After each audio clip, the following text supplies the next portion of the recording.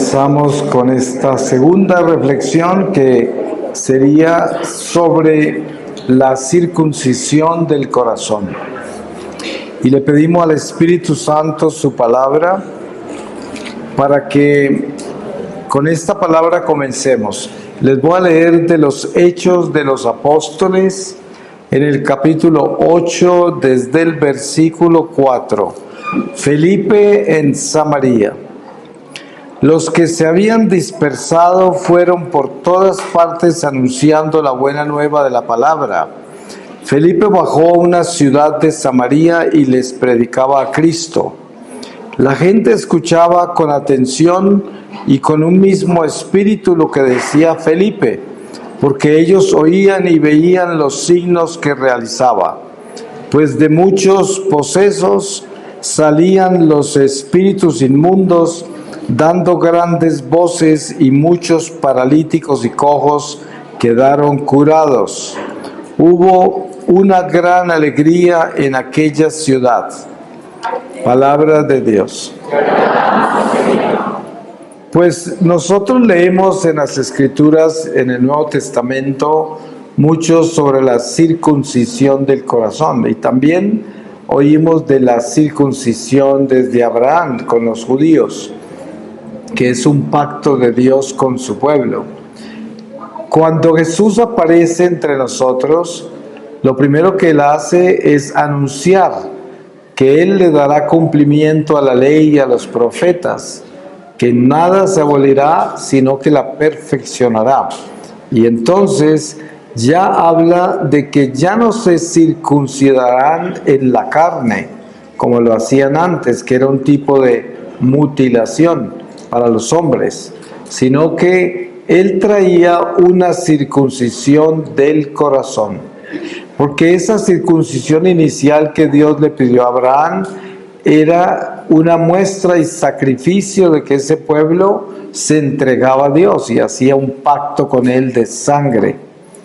Pero ahora, como Dios Padre nos da a su Hijo y es su sangre la que se va a derramar, entonces el Señor ya transforma esa circuncisión de la carne a una circuncisión del corazón, que quiere decir, vamos a hacer un pacto con Dios desde el corazón y vamos a sangrar desde el alma, porque ya es otra sangre, es una sangre espiritual, que es nuestro compromiso con Dios. Esa es la circuncisión del corazón, es ya una conversión, porque vemos que cuando leemos con cuidado el Evangelio, al principio los evangelistas, algunos nos presentan a San Juan Bautista, anunciando la llegada del Mesías. Él anuncia y bautiza con agua, pero anuncia que el que viene después de él va a bautizar con espíritu, con fuego, ¿no? Y luego pues termina siendo bautismo de sangre también, porque dice la palabra que los testigos ante Dios son espíritu, agua y sangre, ¿no? Entonces la circuncisión del corazón es el llamado más importante que tenemos nosotros como cristianos. Ustedes se dan cuenta que uno, a pesar de haber sido bautizado, a pesar de haber sido catequizado, o sea que se le enseñó la doctrina y conoce la ley de Dios, conoce las revelaciones de Jesucristo en el Evangelio, que en el catecismo está todo desmenuzado para que cualquiera lo aprenda. Y sin embargo, para que un católico llegue a entender que hay que dar un paso mucho más allá de la religión, mucho más allá de la historia sagrada que aprendemos.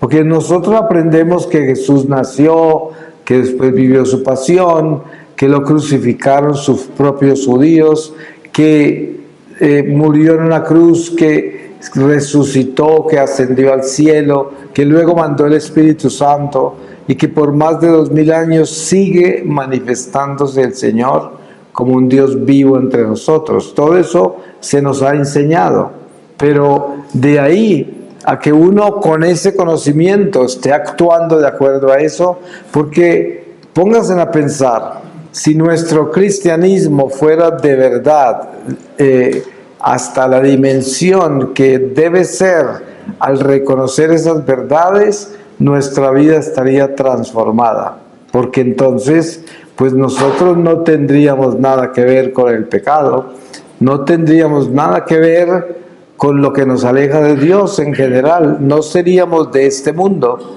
no tendríamos la idolatría de este mundo. La transformación del corazón de un cristiano solo se puede dar, que es lo que se consideraría la circuncisión del corazón, solo se puede dar si nosotros vivimos en nuestro corazón en fe los misterios revelados por Jesucristo y no solamente lo testificamos en una misa de domingo cuando recitamos el credo, sino que en nuestro corazón vivimos de acuerdo a esas verdades. O sea que nosotros somos testigos de esas verdades por nuestra conducta, porque cuando usted encuentra un sacerdote bueno, ¿cómo lo llamaría bueno? Porque es bueno, porque es obediente, porque es real sacerdote, porque se da completamente a la iglesia y a sus ovejas, como dice el Señor, y porque obedece a Dios. Entonces uno dice, ese es un sacerdote bueno, o sea, es alguien que está viviendo su sacerdocio. Cuando uno encuentra una esposa buena, un esposo bueno, un hijo bueno, un amigo bueno, uno, ¿cómo lo califica así? Lo califica porque tiene todas estas virtudes.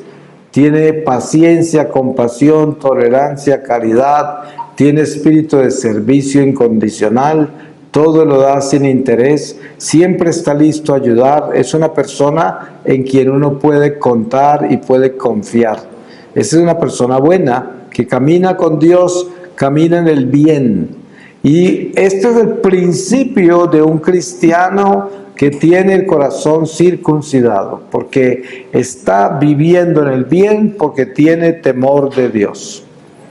Y esta palabra temor de Dios tenemos que entenderla bien, porque mucha gente cree que es miedo a Dios.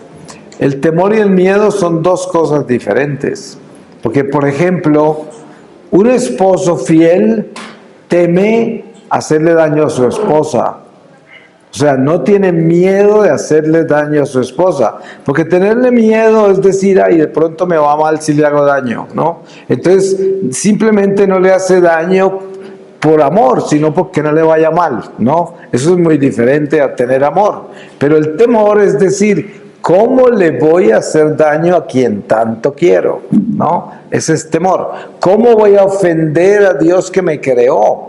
Que es el Dios a quien yo le doy todo el señorío, que lo amo por encima de todas las cosas.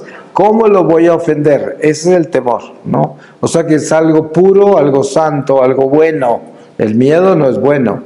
Hay mucha gente que está en la iglesia y se confiesa y hace muchas cosas religiosas simplemente porque tiene miedo de condenarse o miedo que le vaya mal en la vida. O sea, no es por amor, no es por amor a Dios, sino por interés, por un miedo que dice, ay, si yo no hago esto, de pronto me va mal, ¿no? Entonces, esa no es amor, ahí no hay amor. Es como, ustedes se pueden imaginar, si un esposo le es fiel a la esposa solo para que no le vaya mal, pues eso no quiere decir que ama a la esposa, sino que ama su vida y no quiere que a su vida le vaya mal por serle infiel a la esposa. Esa no sería una fidelidad que viene de un corazón convertido. Entonces, nuestra relación con Dios tiene que partir de la verdad, tiene que partir de que yo me preocupo de serle fiel a Dios. Eso, yo vengo a la iglesia porque busco a Dios, porque amo a Dios, le quiero obedecer a Dios y además reconozco que Dios me creó, que esta vida se la debo a Él y que las pruebas que Él permita en mi vida son para mi bien, por dolorosas que sean. Porque yo les pongo un ejemplo. Cuando les conté la historia hace un rato de mi encuentro con el Señor, al principio les hablé de la novena de Navidad que yo hice y lo que pedí. Y les dije al concluir esa parte que el niño Jesús había cambiado mi vida, pero a su manera y en una forma muy dolorosa. Y les conté lo dolorosa que fue. Pero hoy, visto con los ojos que tengo yo hoy, no cambiaría eso por nada. Porque esa tragedia, ese secuestro, rescató mi alma. En esa forma el Señor me trajo a su camino otra vez. Yo no puedo decir que ya estoy salvado, porque eso sería una pretensión absurda. Nosotros todos los días tenemos que levantarnos a convertirnos. Y hay del que no se cuide hasta la tumba. Todos los días debemos estar alertas. La palabra de Dios es exacta y precisa porque es la verdad. Y dice la palabra que yo puedo ser bueno toda mi vida, pero si de un momento a otro, al final de mi vida, no soy bueno, todo lo bueno que hice no vale nada. Y lo malo que hice me puede condenar, así sea al final de mi vida. También una persona que ha sido mala toda la vida y de pronto se convierte y se vuelve buena, se puede salvar por haber entrado al bien.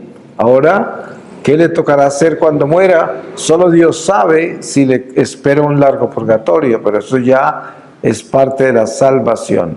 Pero teniendo en cuenta eso, lo que es la economía del alma, los números de Dios y en qué forma se lleva esa contabilidad de nuestra vida, podemos entender que no se mueve la hoja de un árbol sin la voluntad de Dios.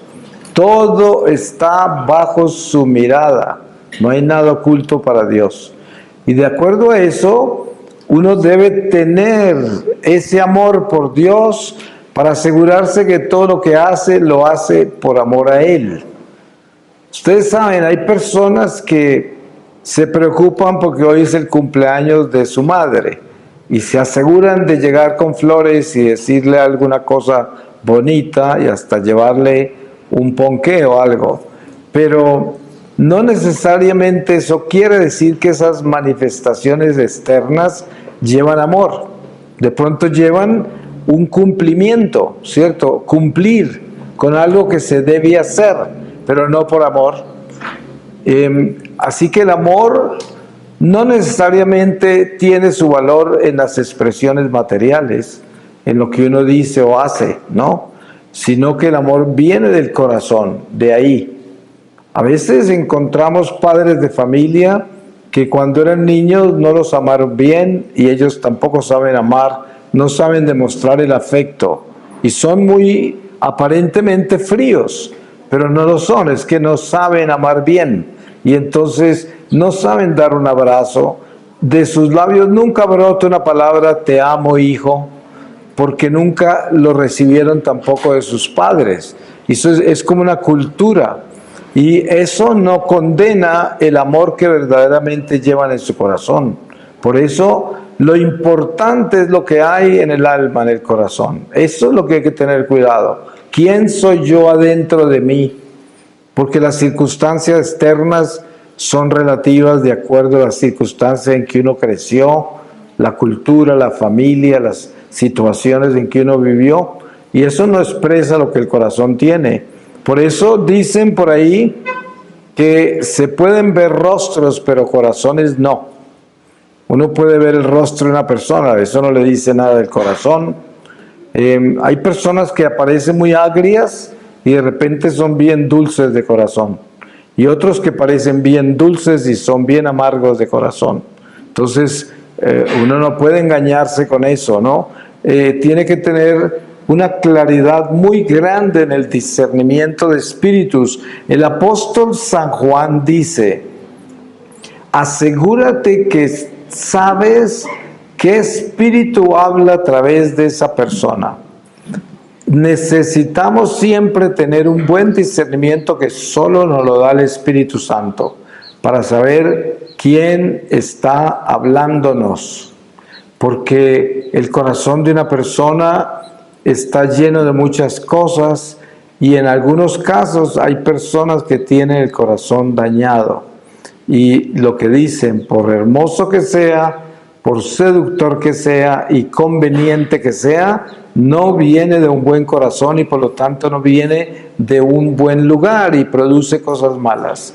Ahí viene el engaño, la decepción, ahí viene tantas cosas malas que hay en este mundo que salen del corazón de la gente, que nos puede engañar con su apariencia. Y sobre todo en un mundo donde el materialismo reina a tan altos niveles, nos dejamos conquistar por la apariencia. Ustedes saben que nosotros somos manejados por las apariencias. Miren nada menos lo que es la publicidad. Todos los productos que nos venden, usted entra al mercado y a usted lo invaden imágenes. La imagen de la caja de arroz, la imagen del jabón, la imagen de todos los alimentos y de todas las cosas que le venden. Y son imágenes. Y algunas son increíblemente diseñadas. Pero eso no es una garantía de que esa imagen tan linda tenga algo lindo por dentro, ¿no? Porque muchas cosas uno no necesita, otras no son de la calidad que uno cree, otras, y así es, son los productos del mundo. Pero igual sucede con los seres humanos. Usted encuentra gente perfectamente maquillada, perfectamente adornada, perfectamente presentada, perfectamente educada, preparada, estructurada, llena de credenciales y un demonio en el corazón. Así hay mucho. Mire cuántos políticos no son así. Y las promesas falsas que hacen. Cuántas personas lo engañan a uno en la medicina, en la ciencia, en todo, en lo que uno vive. Porque es el mundo. Y el mundo es así. Por eso debemos tener una oración muy frecuente ante el Señor. Y es: Señor, dame discernimiento de espíritus, para que ningún espíritu del mal me engañe. Eso lo debemos tener claro, porque nos puede engañar el que menos pensamos. Y entonces, teniendo ese discernimiento de espíritus, nosotros comenzamos a tener un corazón que está en Dios. Porque miren el peligro tan grande que hay en este mundo de que nos engañen. Pero ¿cómo lo pueden engañar a uno? Lo pueden engañar normalmente porque el corazón de uno no está del todo en Dios. Les voy a dar un ejemplo. Ustedes han escuchado de la nueva era. Entonces, hay gente muy buena católica que no practica nada de la nueva era. Pero sin saberlo, de pronto en su casa tiene cosas de la nueva era. Hay gente que tiene cositas colgando, mandalas y no sé qué, que no le encuentran a eso nada malo, pero resulta que eso viene de un lugar malo. Un libro que tengan en la biblioteca que no deban tener, esotérico, mágico, astrológico, quién sabe qué, y no le han puesto mucho cuidado y lo tienen.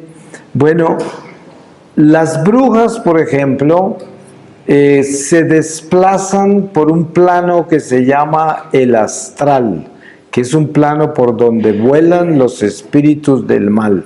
Por eso es que San Pablo dice: nuestra lucha no es contra carne y sangre, o sea, no entre nosotros, sino con los espíritus que rondan los aires, poderes principados de las tinieblas, rondan los aires.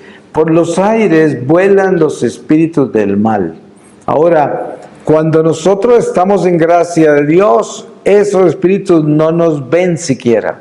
Somos invisibles para ellos, porque estamos en la luz, y ellos en la luz no la pueden ver. Pero si, por ejemplo, en su casa hay cualquier elemento que usted no deba tener, no pueden entrar a su corazón, ni a sus sentidos, ni a nada, pero sí pueden aterrizar en ese elemento. Pueden aterrizar en eso que cuelga ahí, o en ese libro, o en cualquier cosa que usted tiene, la utilizan como un aeropuerto. Y desde ahí pueden causar problemas en el hogar, en su vida, discordias, confusión, angustia, presentimientos malos de cosas que no son verdad, simplemente porque hay una presencia del mal. Y entonces ese era un ejemplo que yo les pongo simplemente para llegar a lo que les estoy explicando de lo que es tener un corazón verdaderamente en Dios para que uno tenga discernimiento de espíritus. Entonces, el trabajo más importante que tenemos que hacer nosotros para lograr lo que Jesús nos pidió, que es la circuncisión del corazón, es una conversión sincera. ¿Qué es una conversión sincera? Ustedes saben que no se trata de volverse ultra religioso. Eso no es una conversión. Yo conozco gente que es increíblemente rezandera, como digo siempre en todas partes, parece que sudaran agua bendita, ¿no? Y son pues de esa gente que se puede hacer 500 oraciones sin parar. Pero eso no es una muestra de que el corazón de esa persona está bien. Por eso decía yo, no se trata de las cosas externas, sino de cómo está el corazón. Por eso, en el diálogo de Jesús con la samaritana en el pozo de Jacob, hay cosas muy importantes ahí, todas, ¿no? Pero una de ellas es cuando la samaritana le dice a Jesús que a ella le han dicho que los judíos dicen que solo en Jerusalén, en el templo de Jerusalén, se puede adorar a Dios. Pero que a ella y a los samaritanos les enseñaron que podían adorar a Dios en ese pozo que su padre Jacob les había dejado. Entonces Jesús le dice, llegará un día en que ni en el templo de Jerusalén ni en este pozo adorarán a Dios, porque lo adorarán en espíritu y verdad. ¿Y qué quería decir con eso? Ustedes se acuerdan que él también le dijo a los apóstoles una vez que caminaban por el lado del templo y los apóstoles deslumbrados con la belleza de ese templo, Jesús les dijo, no quedará una roca sobre otra de este templo, se derrumbará. Pero él quería construir en el corazón de sus apóstoles y de todos los que lo escucharon el templo del corazón. Por eso hablaba la circuncisión del corazón. Un ejemplo clásico para nosotros que estamos acá hoy es la pandemia. Ustedes se acuerdan que al principio de la pandemia, pues el pánico fue muy grande, mucha gente murió y no sabíamos cómo manejar esto. Entre otras cosas, se cerraron las iglesias. Mucha gente protestó y culpó a los obispos y al Papa y a todo el mundo por cerrar las iglesias, lo cual fue absurdo porque a pesar de ser una iglesia, nosotros también estamos bajo leyes humanas. Miren ustedes Jesús cómo mandó a Pedro a sacar una moneda de un pescado en el río. ¿Para qué? Para pagar los impuestos de él y de Pedro. Sí, o sea que él también, la familia de Nazaret se vino en un invierno crudo a obedecerle a un rey pagano, a un censo, y era Dios obedeciéndole a las leyes humanas. Entonces, la iglesia no está exenta de tener que sujetarse a leyes de los seres humanos, a gobiernos, a las leyes donde vive. Y mucha gente protestó. ¿Cómo se atreven a cerrar las iglesias? Bueno, para llegar rápido a donde voy es que las cerraron. Pero nada se mueve sin la voluntad de Dios. ¿Ustedes creen que alguien puede cerrar la iglesia del Señor sin que sea la voluntad de Dios? Nadie lo puede hacer. Por lo tanto, Dios lo permitió. Pero ¿cuál es la prueba grande de esa experiencia con las iglesias cerradas? Es la iglesia del corazón. ¿Había, cuando cerraron esos templos, tenía usted en su corazón la iglesia? ¿Usted era capaz de adorar a Dios en su corazón? ¿Usted era capaz de orarle a Dios en su corazón sin necesidad de estar en la banca de la iglesia? ¿Sin necesidad de estar al frente de una estatua de un santo o durante la Eucaristía? ¿Usted era capaz de adorar a Dios en el silencio y privacidad de su casa? ¿Usted fue capaz de hacer eso? Porque la prueba que acá es, ¿dónde está el Señor? ¿Allá en esos ladrillos del templo y en esas bancas, o lo tienes en tu corazón? ¿Dónde está? Y hubo muchas pruebas de eso. Mucha gente después de la pandemia, no de la pandemia, pero después de las restricciones y que abrieron las iglesias, muchos no regresaron. Se quedaron viendo la misa por internet y muchos no volvieron porque eran tibios y se enfriaron y estaban en la iglesia como un bulto porque no realmente el corazón no estaba ahí. Entonces, uno puede terminar en la cárcel, uno puede terminar en una guerra, uno puede terminar, quién sabe en qué situación donde uno no tiene la posibilidad de ir al templo, la posibilidad de recibir los sacramentos. Eso puede ocurrir en cualquier momento. Este mundo es un mundo de sorpresas, entonces uno tiene que asegurarse de entender el Evangelio, entender lo que Jesús nos quiere enseñar para que podamos pasar este mundo sin fallarle a Dios. Entonces, lo primero que hay que hacer es descubrir dónde está mi corazón, de verdad. Porque fácilmente yo, considerándome un buen católico, soy simplemente un católico religioso. Y entonces para mí es muy importante tener estas rodillas en un reclinatorio de la banca a la iglesia, porque lo contrario, cuando las arrodillo en otra parte, no me siento que estoy bien arrodillado, porque solo soy religión, no soy espíritu. Pero cuando uno tiene el Espíritu de Dios en el corazón, se puede arrodillar en la playa, se puede arrodillar en una terraza, se puede arrodillar en un cafetal, donde usted quiera, y esas rodillas están con Dios.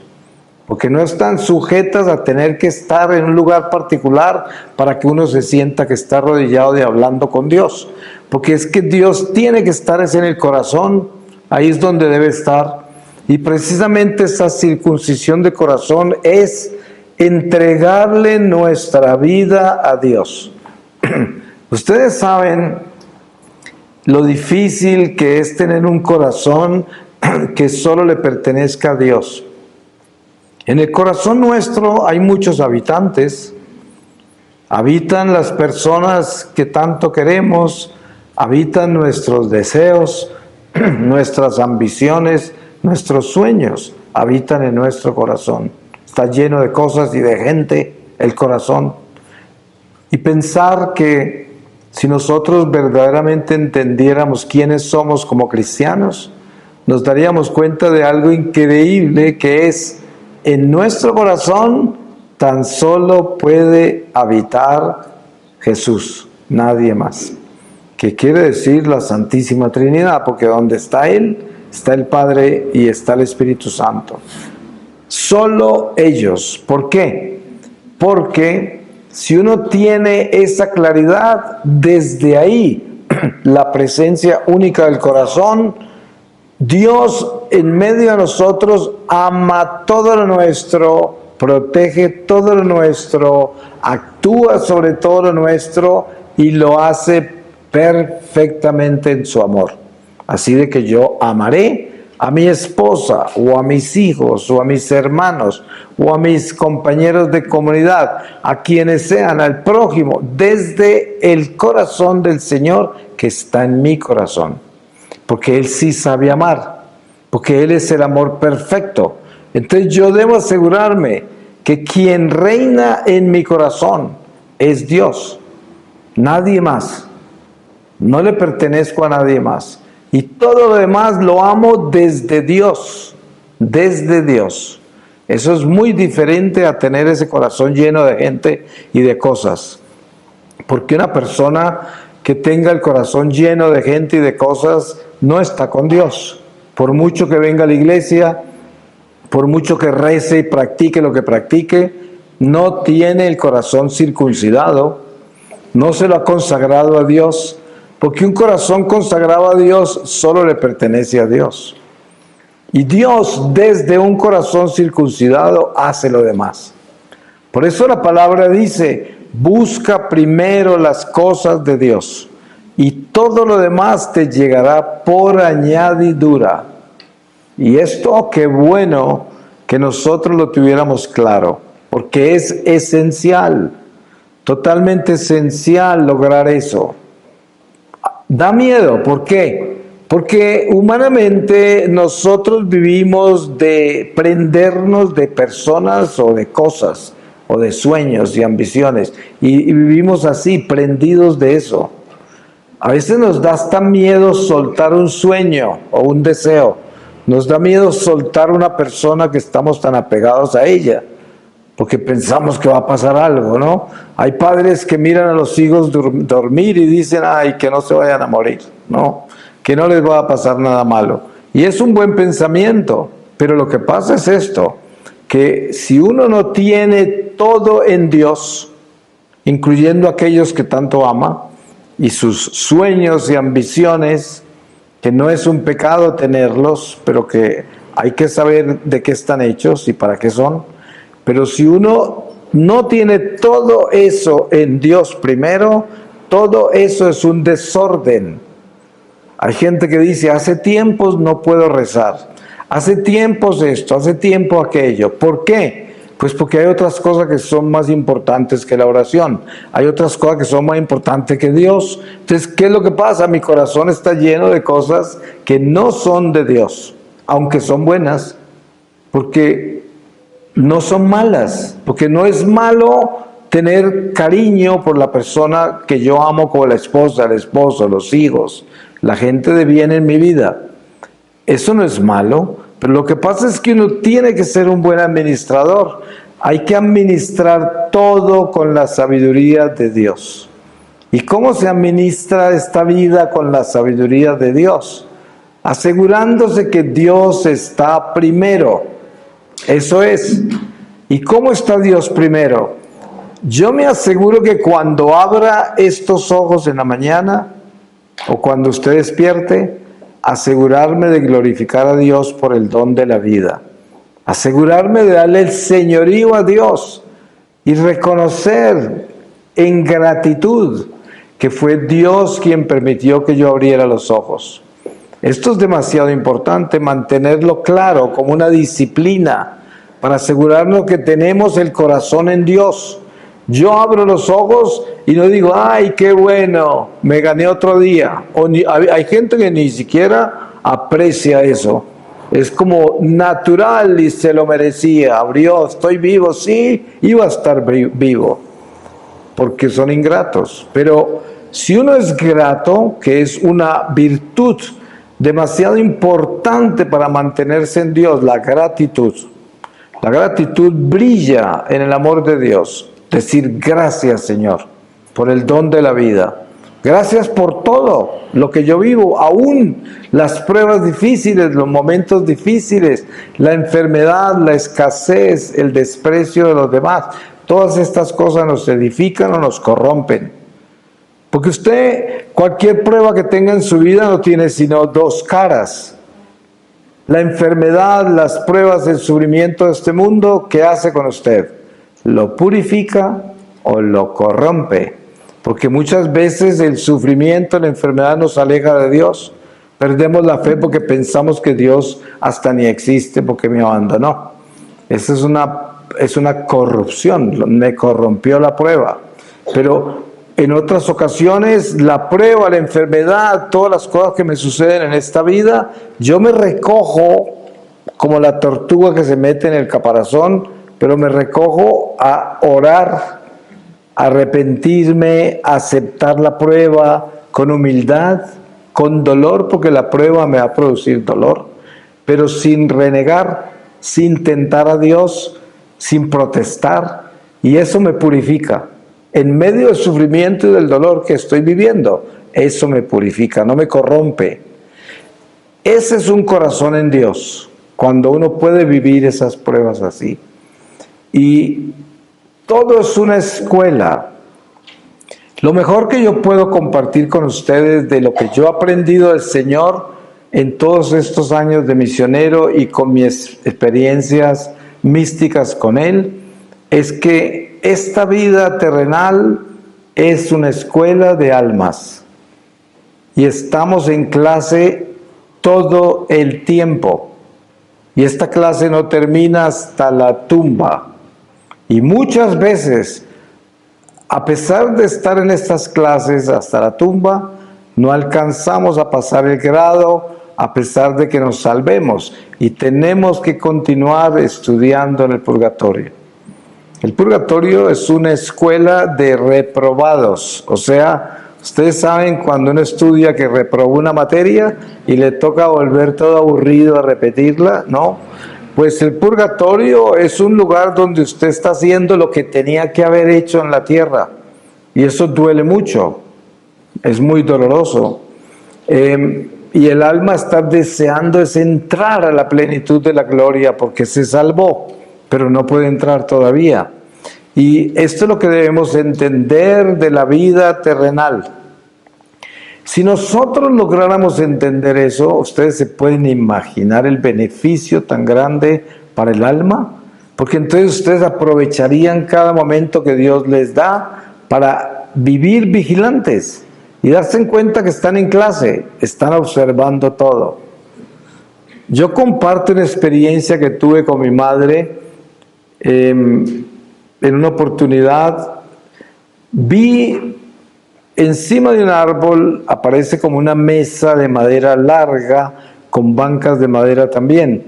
Al principio estaban desocupadas, pero luego se llenó de gente.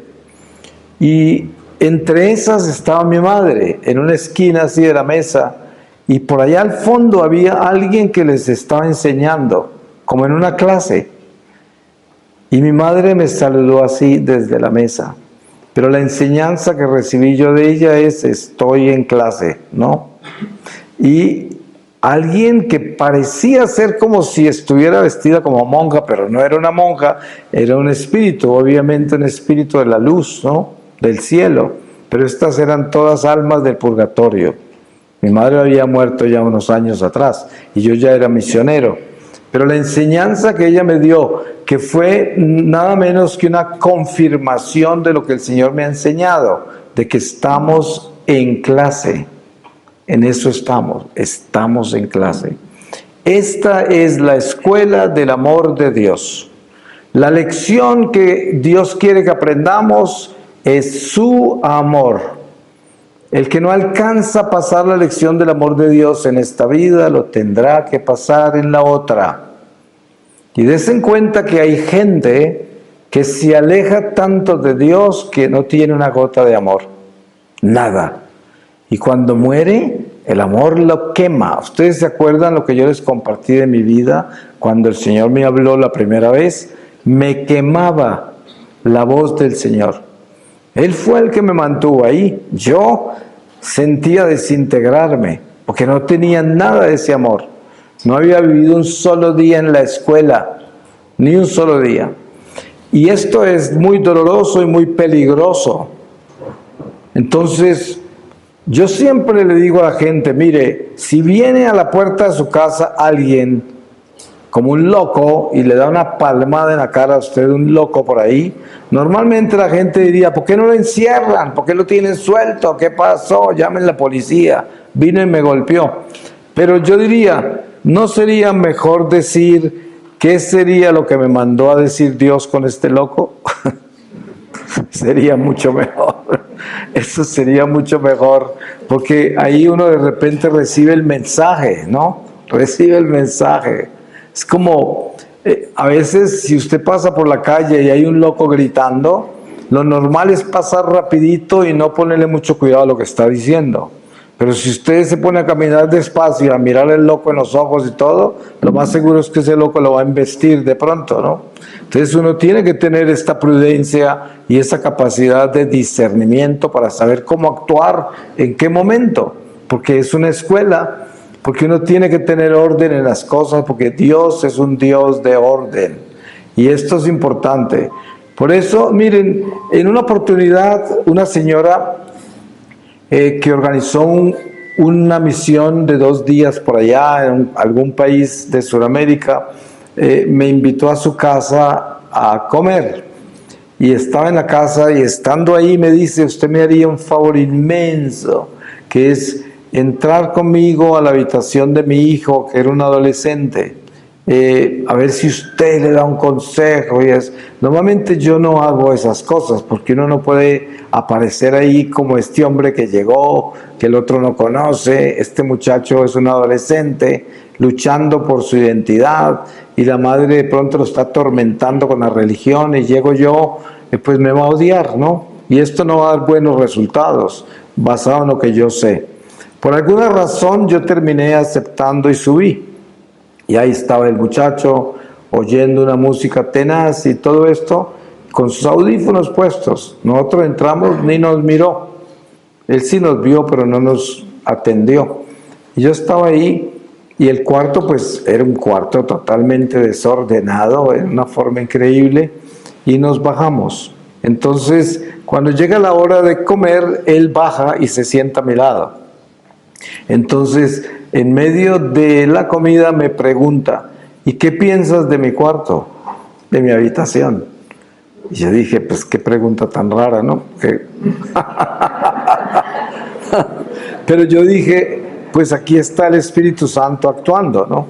Y yo le dije, mire, un cuarto desordenado es un reflejo de su cabeza. Yo me imagino que su cabeza no la tiene muy ordenada, ¿no? Entonces se rió. En vez de ofenderse, se rió mucho. Y después me dijo, nadie me había hecho ver eso, pero yo creo que sí tengo que ordenar mi cuarto a ver si se me ordena esta cabeza, así. Y fíjense que sí lo ordenó, porque después el testimonio de la mamá fue el cambio de ese muchacho, no necesariamente por ese momento, pero Dios ya lo llevaba, ¿no? Por las oraciones de su madre. Pero este es un ejemplo de que hay un reflejo en la vida de uno en las cosas que hace. Uno no podría generalizar esto como una regla de que todo el que es desordenado tiene la cabeza desordenada. No, porque eso no podría uno decirlo, ¿no? Pero es importante que uno establezca un orden en su vida y debe empezar por ordenar las cosas externas y de ahí irse metiendo a las internas. Es como tantas cosas que tenemos nosotros, materiales, ¿cierto?, en la casa, acumuladas por años, y lo difícil que es salir de ellas. Usted trata de regalar algo que tiene en su closet, que no usa hace tiempos, y que de pronto tiene un valor sentimental o un valor económico o algo, y usted decide regalarla, la toma y le duele, y de repente vuelve y la cuelga, ¿no? Y hace ese intento 20 veces y no lo logra. Y ahí sigue colgado eso, ¿no? Esas cosas, si uno se muere con todo eso ahí, no es una buena idea. Ustedes seguramente han escuchado que se murió la tía Julia, pero la escuchan en el closet, ¿no? Y lo peor de todo es que terminan exorcizando el closet, sacando a la tía. Llega el cura de la parroquia a exorcizar la casa porque hay ruidos en el closet. Y la pobre tía, no, regalen todo esto mejor, ¿no? Pero esto pues obviamente que es un chiste, se los pongo como sentido del humor. Pero en realidad yo tuve una experiencia en Canadá con unas familias que habían seguido un profeta falso. Y se habían comprado tierras inmensas en Ontario, Canadá, en el norte, en el bosque. Y ahí vivían porque se iba a acabar el mundo ya y tenían cantidades de comida guardada. Por una razón u otra terminé yo dándole una charla a esas familias. Y porque alguien de ellos me conoció por internet y me invitaron. Yo llegué y entonces les hablé y dentro de la charla que di, pues les hablé de lo absurdo que es uno seguir esto de los finales de los tiempos y seguir profetas que hablan de eso y tener miedo al futuro y ponerse a guardar comida y todo eso. Y pues se inquietaron mucho, sobre todo el líder y la persona que me invitó.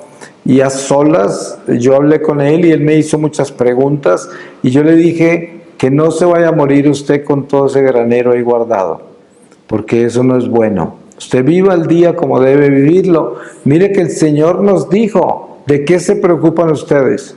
Si mire, los pájaros en el monte no tienen nada de qué preocuparse, no les falta nunca nada. Ahora ustedes que son mis hijos preferidos, ¿no? No les va a faltar nunca nada. No tienen que preocuparse de guardar cosas. El caso es que yo me fui de allí y este hombre murió no mucho tiempo después. Cuando regresé un tiempo después, lo primero que sucedió es que lo vi parado al lado de su casa, cerca donde tenían ese granero, ¿no?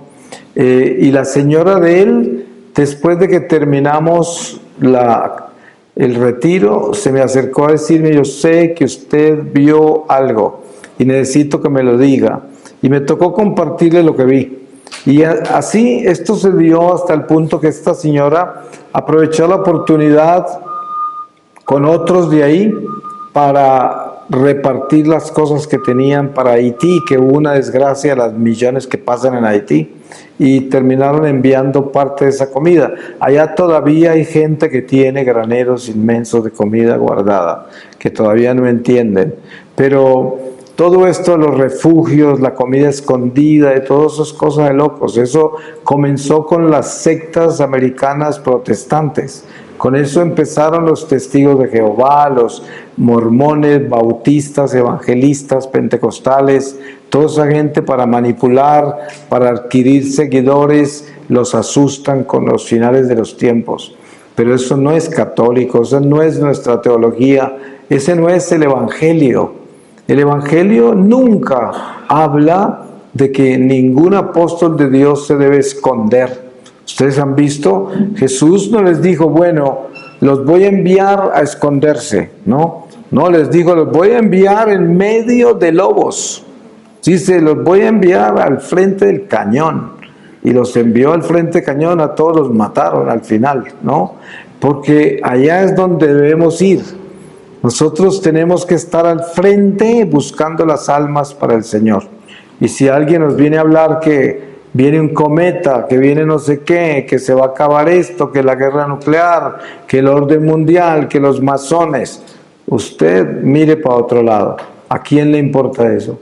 Si uno lo que tiene que estar es preparado para encontrarse con el Señor hoy mismo, porque uno no sabe si tiene un día más. Entonces, ¿a quién le importa lo que el diablo está planeando? ¿A quién le importa cuándo va a terminar el mundo? Si pongan a pensar esto, si todos nos morimos en este instante, en este lugar, ni siquiera nos veríamos, porque todos pertenecemos a un diferente nivel espiritual. Y además compareceremos ante el tribunal de Dios solitos. No vamos a estar juntos, solitos cada uno de nosotros. Entonces imagínense el absurdo de preocuparse uno cuándo va a terminar el mundo.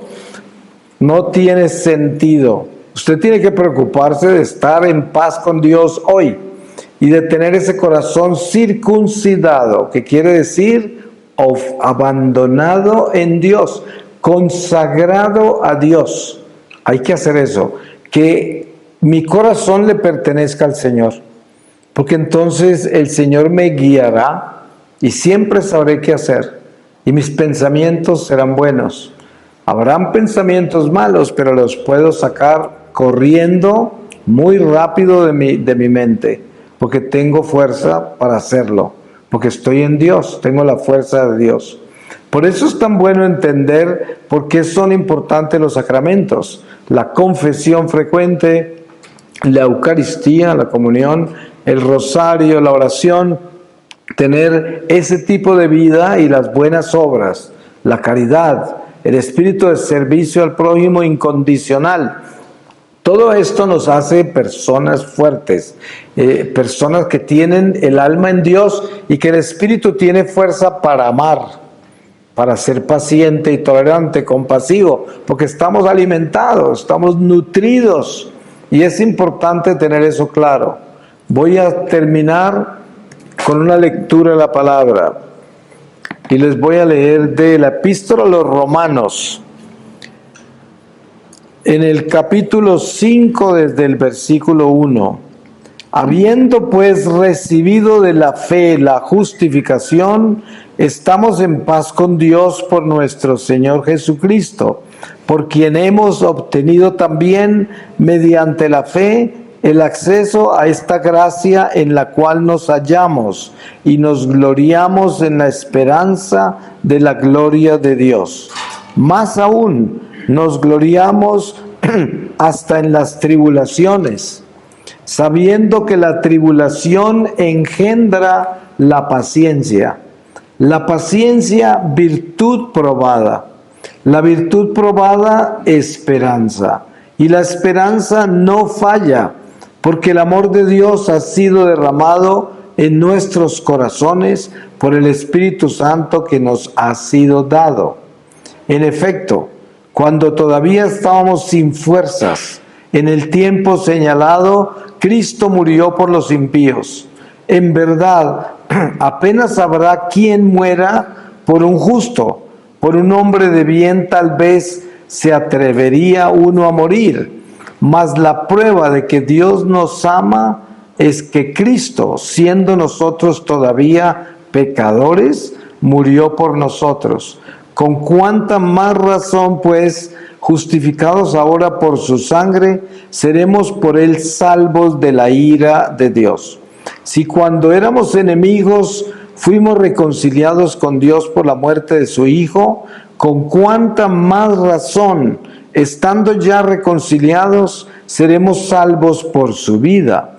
Y no solamente eso, sino que también nos gloriamos en Dios por nuestro Señor Jesucristo, por quien hemos obtenido ahora la reconciliación. Palabra de Dios. Pues le damos gracias a Dios porque Él es bueno y misericordioso y porque Él quiere que nosotros entendamos lo importante que es obedecerle, porque Él de esa forma nos lleva a casa. Fíjese que al principio de mi apostolado yo no entendía por qué había que adorar a Dios en la Eucaristía. Y un día el Señor me enseñó al frente de Él en la hostia, me dijo: si no aprendes a adorar al verdadero Dios, seguirás adorando dioses falsos en el mundo. El regalo más grande que te puedes dar es venir a adorarme en este sacramento. Por eso la adoración al Santísimo es una de las fuerzas más grandes que tenemos y les recomiendo que se unan a los adoradores al Santísimo. Sería el regalo más grande que le pueden hacer a su vida, a su familia, a la iglesia. Así es. Amén.